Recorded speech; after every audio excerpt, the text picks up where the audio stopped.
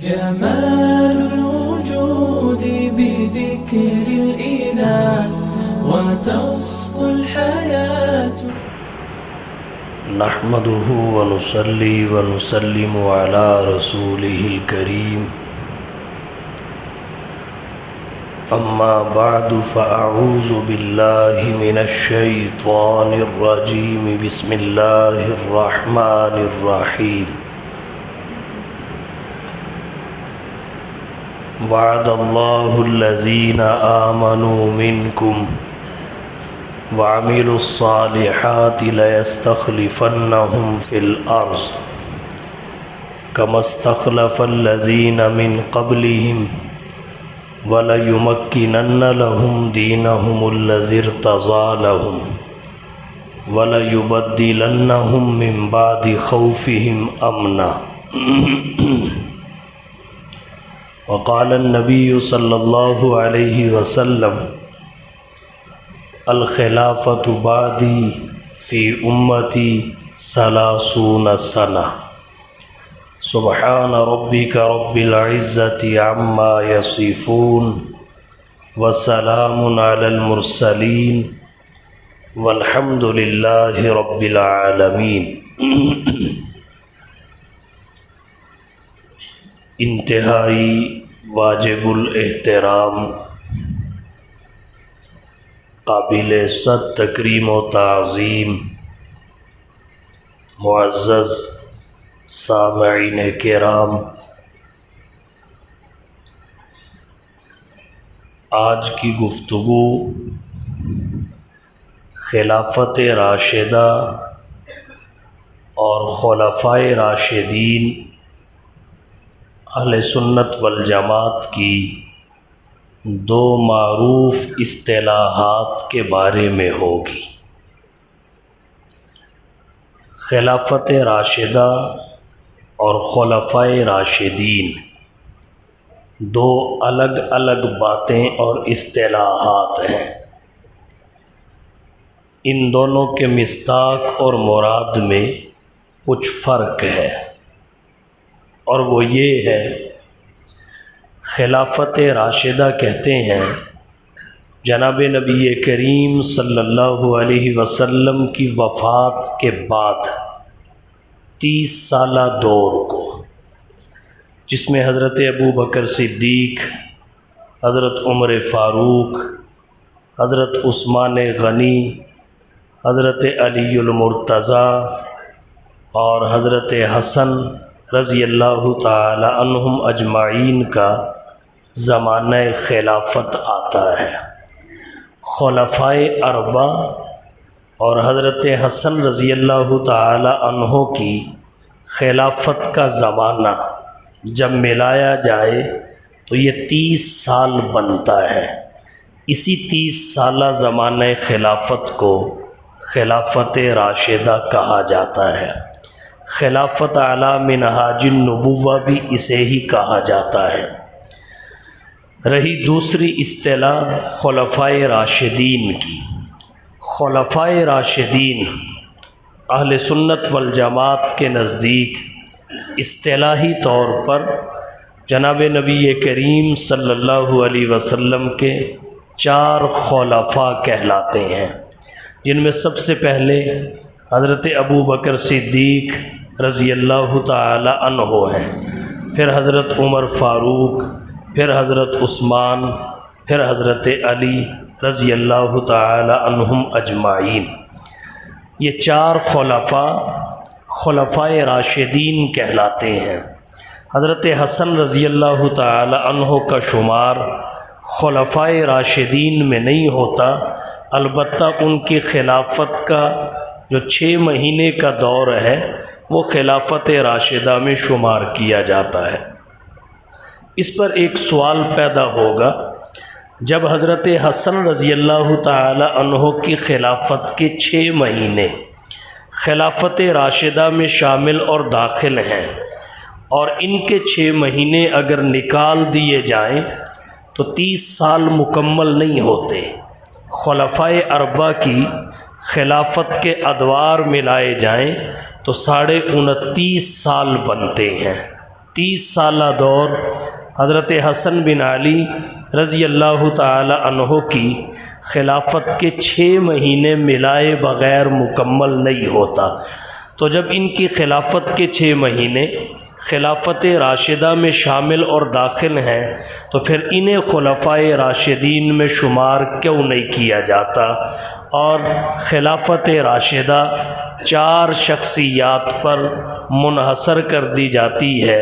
5ویں خلیفہ حضرت حسن رضی اللہ تعالی عنہ خلیفہ راشد کیوں نہیں کہلاتے؟ اس کی وجہ کیا ہے؟ اس کے بہت سارے جواب ہیں۔ پہلا جواب تو یہ ہے، حضور صلی اللہ علیہ وسلم نے فرمایا العبرۃ بالخواتیم، اعتبار خاتمہ کا ہوتا ہے، آخری احوال کا ہوتا ہے، اور یہ بات مسلم ہے۔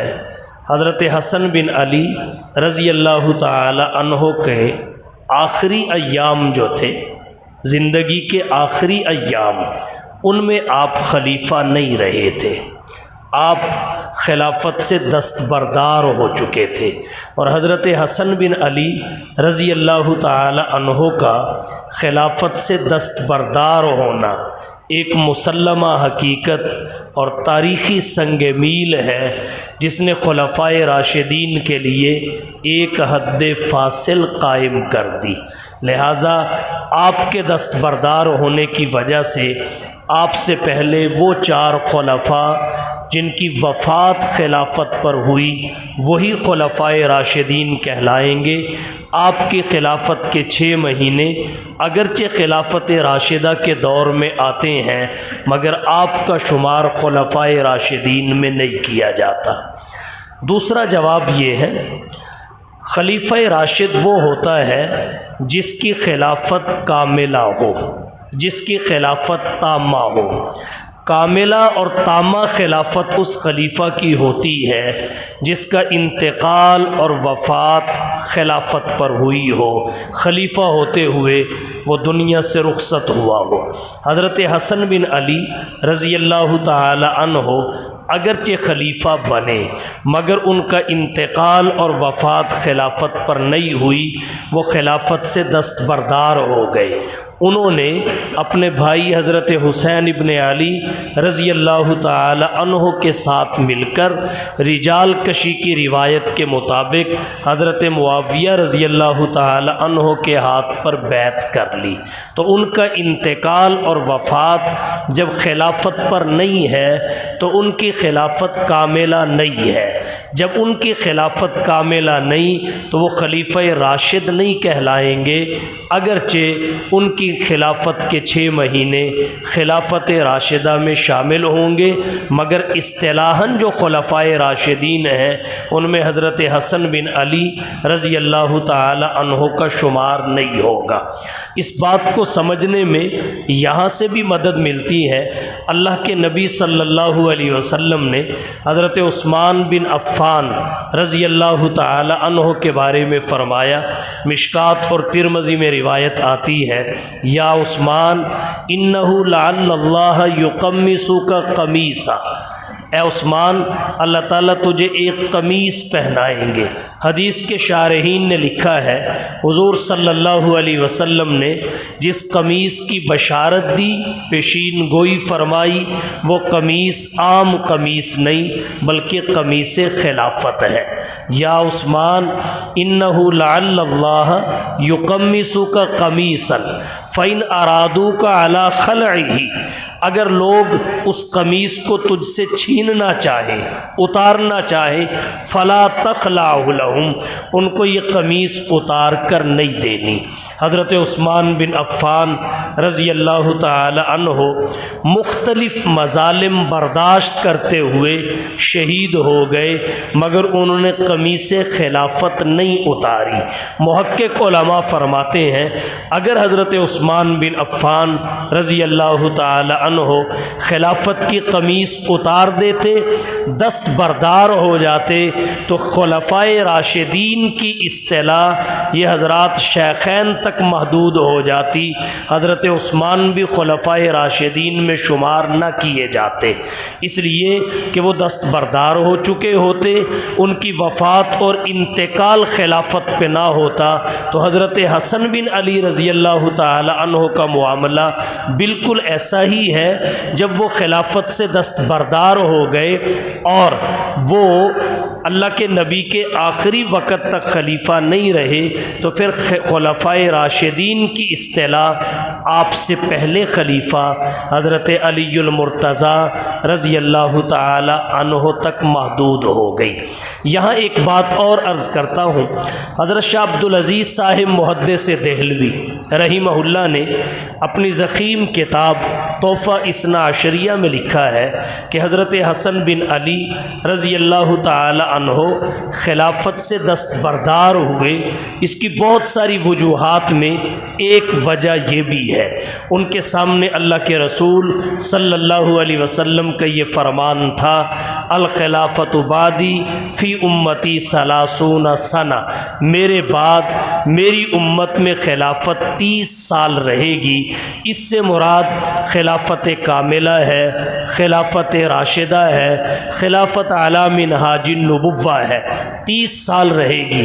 حضرت حسن بن علی رضی اللہ تعالی عنہ کو اس حدیث کا بھی علم تھا، ان تک یہ حدیث پہنچی تھی اور سارے حقائق انہیں معلوم تھے، اس وجہ سے وہ 6 مہینے کے بعد خلافت سے دست بردار ہو گئے، کیونکہ ان کے 6 مہینوں کی وجہ سے 30 سال مکمل ہو گئے تھے۔ ایک وجہ حضرت شاہ عبدالعزیز صاحب محدث دہلوی رحمہ اللہ نے تحفہ اثنا عشریہ میں دست بردار ہونے کی یہ لکھی ہے۔ تو یہ 2 جوابات میں نے ذکر کیے کہ حضرت حسن بن علی کی خلافت کے 6 مہینے بھلے خلافت راشدہ میں شامل ہیں مگر وہ خلفائے راشدین کی فہرست میں نہیں آتے۔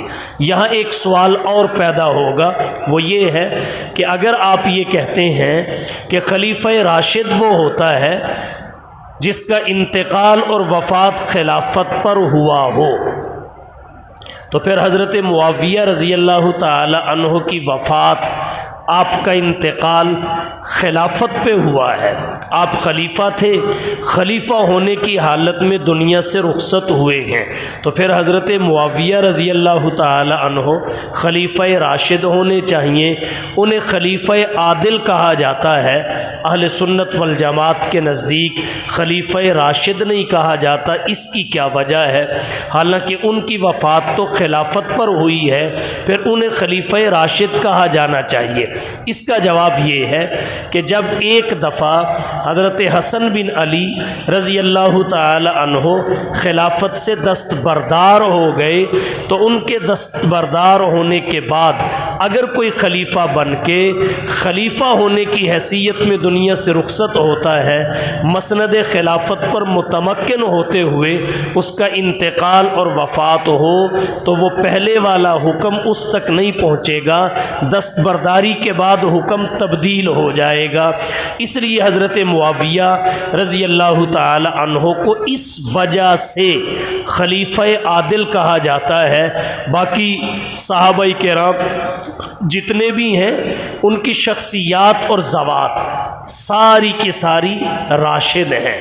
اللہ نے قرآن کریم میں فرمایا اولئک هم الراشدون، یہ سب کے سب راشد ہیں، رشد و ہدایت کے تابندہ ستارے ہیں۔ جہاں تک ان کی ذوات اور شخصیات کا تعلق ہے تو افراد سارے کے سارے راشد ہیں، اور راشد ہوں بھی کیوں نہ، وہ نبی کی تعلیم و تربیت کا شاہکار ہیں، ان کے بالوں پر اللہ کے نبی نے خود سنوارے ہیں، وہ نبی کی محنت کا ہے خلاصہ، وہ نبی کی محنت کا ہے خلاصہ، علم و عمل کے پیکر، زہد و ورع سراپا، مشن تھا جن کا دین متی کا غلبہ، کتنے غیور اور جری تھے نبی کے صحابہ۔ اب اگر کسی کے ذہن میں یہ سوال پیدا ہو، ایک تیسرا سوال، کہ ہمارے بعض بزرگوں نے، ہمارے بعض اکابر نے حضرت حسن بن علی رضی اللہ تعالی عنہ کو خلیفہ راشد ذکر کیا ہے، خلیفہ راشد کے طور پہ ان کا ذکر فرمایا ہے، تو جب ان کی خلافت راشدہ میں ہے، وہ خود اصطلاحی طور پر خلفائے راشدین میں نہیں آتے، تو پھر ہمارے بعض بزرگوں نے، ہمارے بعض اکابر اور اسلاف نے انہیں خلفائے راشدین میں کیوں شمار کیا؟ اس کا جواب یہ ہے، ہمارے بعض بزرگوں نے جو انہیں خلفائے راشدین میں شمار کیا ہے، وہ محض اس بنا پہ کہ ان کی خلافت کے جو 6 مہینے ہیں وہ خلافت راشدہ کے 30 سالہ دور میں شامل اور داخل ہے۔ اگر ان 6 مہینوں کو نکال دیا جائے تو خلافت راشدہ کا 30 سالہ دور مکمل نہیں ہوتا۔ خلفائے اربعہ کی خلافت کا زمانہ 29.5 سال بنتا ہے، ان کی خلافت کے 6 مہینے ملائے جائے تو تب 30 سالہ دور مکمل ہوتا ہے۔ تو ان کی خلافت کے 6 مہینے چونکہ خلافت راشدہ کے 30 سالوں میں شامل ہیں، اس اعتبار سے لغوی طور پر ان کی ذات کو خلفائے راشدین میں شمار کیا جاتا ہے، باقی اصطلاحی طور پر خلفائے راشدین 4 ہی ہیں، حضرت ابو بکر، حضرت عمر، حضرت عثمان، حضرت علی رضی اللہ تعالی عنہ۔ تو جن بزرگوں نے لکھا حضرت حسن بن علی کو خلیفہ راشد، وہ اصطلاحی طور پہ نہیں لکھا، اصطلاح اہل سنت والجماعت کے نزدیک 4 افراد تک ہے، حضرت ابو بکر سے لے کر حضرت علی رضی اللہ تعالی عنہ تک۔ حضرت شاہ ولی اللہ صاحب محدث دہلوی رحمہ اللہ خلفائے راشدین کی، حضرت ابو بکر، حضرت عمر، حضرت عثمان، حضرت علی رضی اللہ تعالی عنہم اجمعین، ان کی خلافت کو خلافت خاصہ سے تعبیر کرتے ہیں کہ یہ خلافت خاصہ ہے، اور اس خلافت خاصہ پر یقیناً وہی افراد فائز ہوں گے، اس کے مستحق وہی ہوں گے جنہوں نے ابتدا سے نبی کا کلمہ پڑھا اور ابتدا سے ہی نبی کے ساتھی رہے۔ وہ اللہ کے نبی کے 4 جلیل القدر صحابہ ہیں، حضرت ابو بکر، حضرت عمر، حضرت عثمان، حضرت علی رضی اللہ تعالی عنہم اجمعین۔ اس کے بعد خلافت عامہ کا دور شروع ہوتا ہے، خلافت عامہ، اس میں حضرت امیر معاویہ رضی اللہ تعالی عنہ اور بعد کے خلفاء آتے ہیں، ان کی خلافت کے ادوار آتے ہیں۔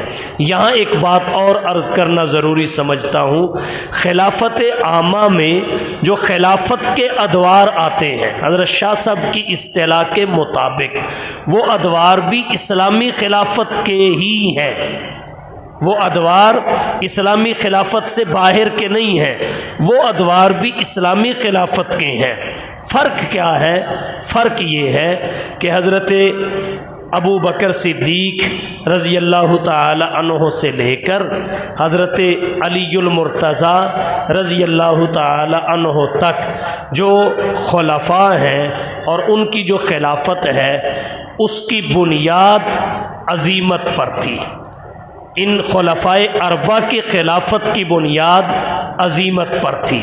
حضرت معاویہ رضی اللہ تعالی عنہ اور اس کے بعد کے جو خلفاء ہیں، ان کی خلافت کی بنیاد رخصت پر تھی، اور عظیمت ہو یا رخصت یہ دونوں شریعت کے حکم ہیں۔ المشروعات علی نوعین عظیمت و رخصت، عظیمت ہو یا رخصت یہ دونوں کے دونوں شریعت کے دائرے ہیں، اس لیے خلافت خاصہ بھی خلافت عامہ بھی شریعت کے دائرے ہیں اور یہ شریعت سے باہر نہیں ہو سکتے۔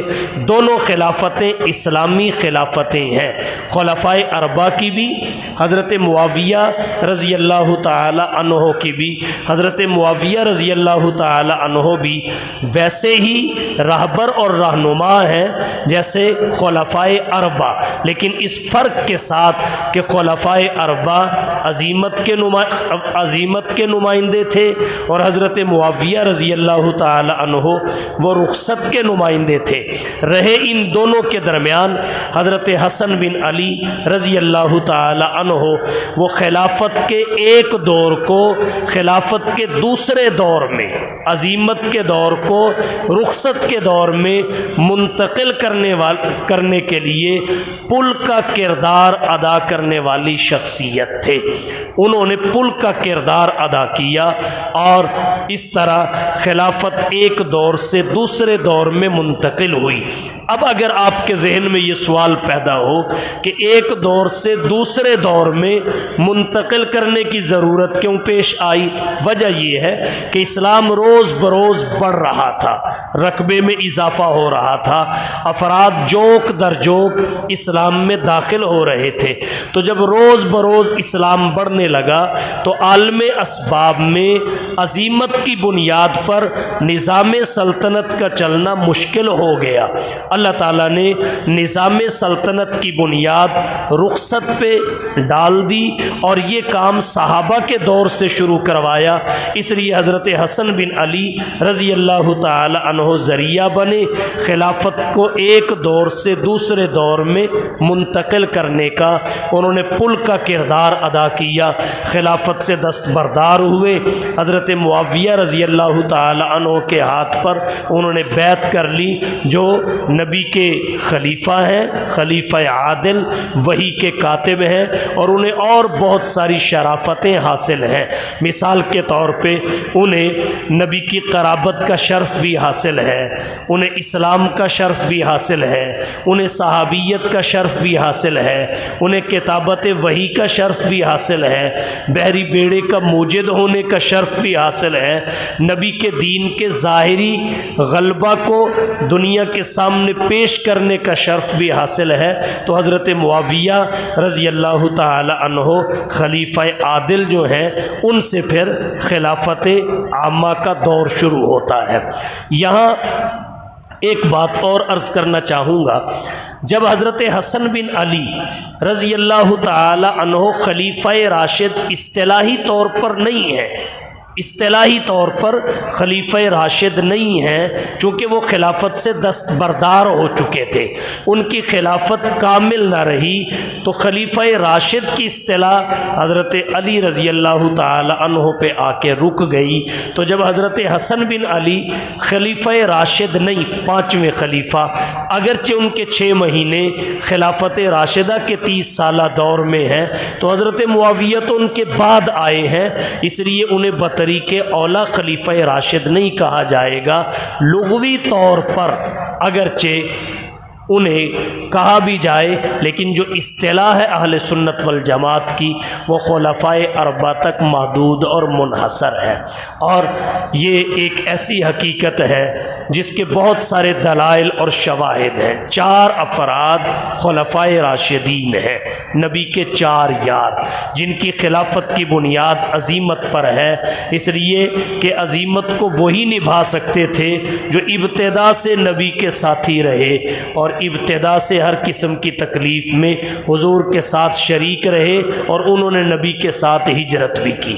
اس کے بہت سارے شواہد ہیں۔ نمبر 1، آیت استخلاف، وہ آیت جس میں اللہ تعالیٰ نے صحابہ کرام میں سے کچھ افراد سے خلافت کا وعدہ کیا۔ وعد اللہ الذین آمنوا منکم وعملوا الصالحات لیستخلفنہم فی الارض، یہ آیت کریمہ، اس میں خلفائے اربعہ سے خلافت کا وعدہ کیا گیا۔ خلفائے اربعہ سے، خلفائے اربعہ کی خلافت موعودہ فی القرآن ہے، اس لیے یہی خلفائے راشدین کہلانے کے کے حقدار ہیں۔ ان کی خلافت موعودہ فی القرآن کیوں ہے؟ اس لیے کہ جب یہ آیت اتری تو اس وقت یہی چاروں مسلمان تھے، اور جو شخصیات خلیفہ بنی اس وقت وہ تھی نہیں یا اسلام نہیں لائی تھی، اس وجہ سے ان کی خلافت موعودہ فی القرآن ہے۔ نمبر 2، جناب نبی کریم صلی اللہ علیہ وسلم نے بہت ساری احادیث میں جب ذمہ داریاں ڈالیں تو آپ صلی اللہ علیہ وسلم نے تعبیر کچھ ایسی اختیار کی کہ خلفائے اربعہ کا ذکر کیا۔ بہت ساری روایات میں، جیسے مسند دیلمی میں ہے، آپ صلی اللہ علیہ وسلم نے فرمایا انا مدینۃ العلم ابو بکر اساسها وعمر حیطانها وعثمان سقفها وعلی بابها۔ اور ایک حدیث میں آپ نے فرمایا ارحم امتی بامتی ابو بکر واشدهم فی امر اللہ عمر واصدقهم حیاء عثمان واقضاهم علی۔ اور بہت ساری روایات ہیں 4 تک۔ اس کے بعد آپ آ جائیے محدثین کے ذوق پر۔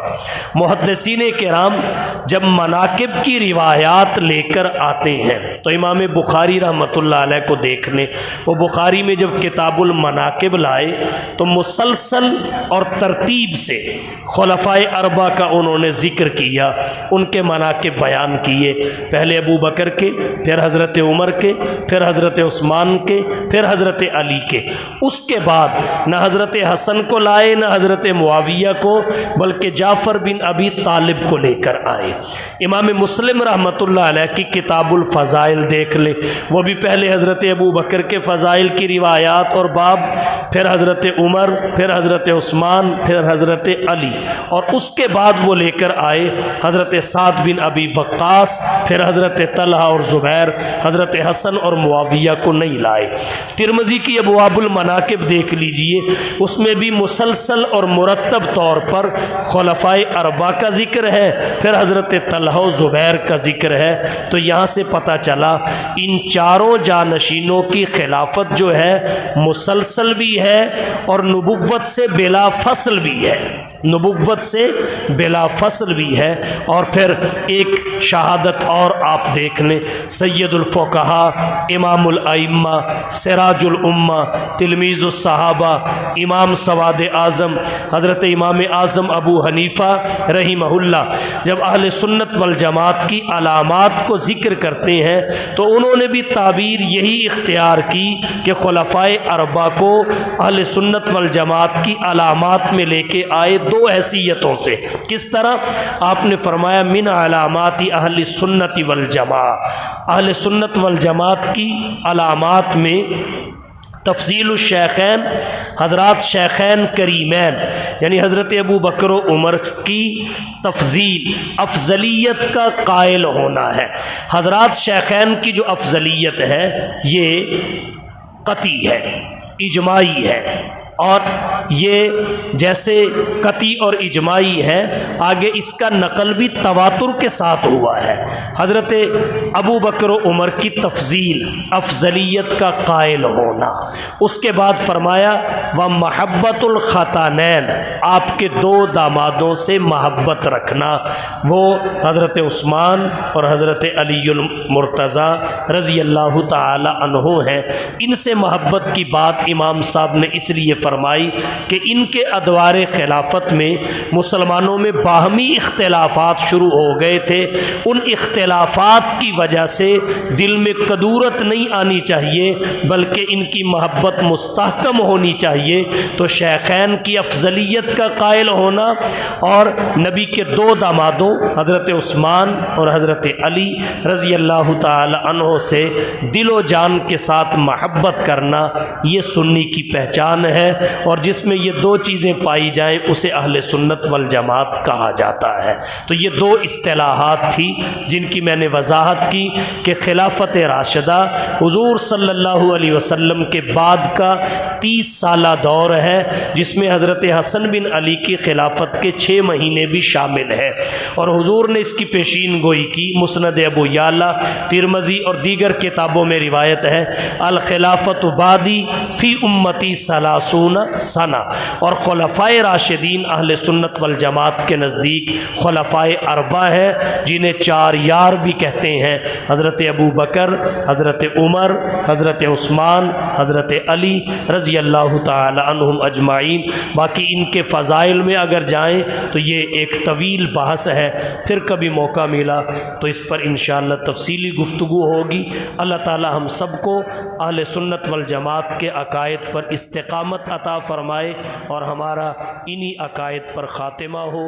وآخر دعوانا ان الحمد للہ رب العالمین۔